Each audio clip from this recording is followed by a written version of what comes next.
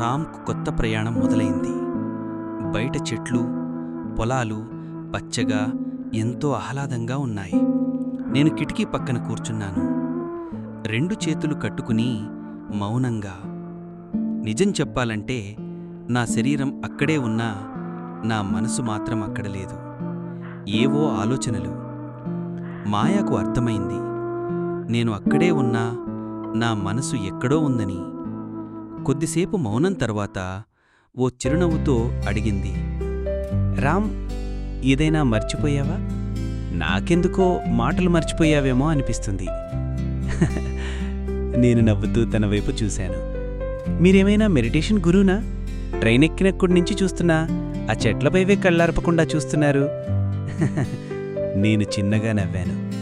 సరే, నన్నెవ్వరూ అడగకపోతే ఇంకా నా సెల్ఫ్ డబ్బా నేనే, నా ఇంట్రడక్షన్ నేనే చెప్పుకుంటా.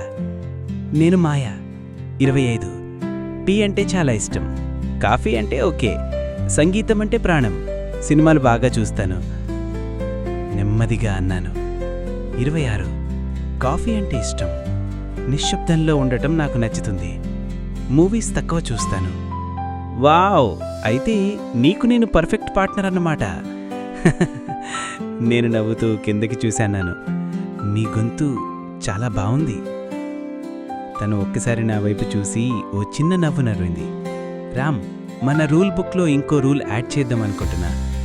నువ్విలానే ఇంకో రోజు కూడా మాట్లాడకుండా ఉంటే అదే మన జర్నీలో లాస్ట్ డే. నేను చెప్పాను, నాకు కొంచెం నర్వస్గా ఉంది. నేను ఇంతకుముందు ఎప్పుడూ అమ్మాయితో జర్నీ చేయలేదు. సారీ, మీకు బోర్ కొట్టిస్తున్నందుకు. మాయా చిన్నగా నవ్వింది. సరే, ఇప్పుడు ఒక ఇంపార్టెంట్ పని స్టార్ట్ చేద్దామా? ఏంటి? స్నాక్స్, నవ్వుతూ చెప్పింది మాయా. నా పెదాలపై నవ్వు. ఒక రోజులో ఇన్నిసార్లు నవ్వడం ఎన్నో సంవత్సరాల తర్వాత ఇదినేమో. మొదటి రోజు మౌనంతో మొదలైంది. ఆ మౌనం నాకు స్నేహితుడిలా ఉంది, నన్ను తాకకుండా నా పక్కనే నిశ్శబ్దంగా కూర్చున్న దృశ్యంలా. చాలా కాలం తర్వాత ఒకరోజు ముగియకపోతే బాగుంటుందనిపించింది. మాయ మాట్లాడింది, నవ్వించింది. ఆ అనుభూతి నా గుండె లోతుల్లో దాగి ఉన్న నిజమైన నన్ను వెతుకుతుంది.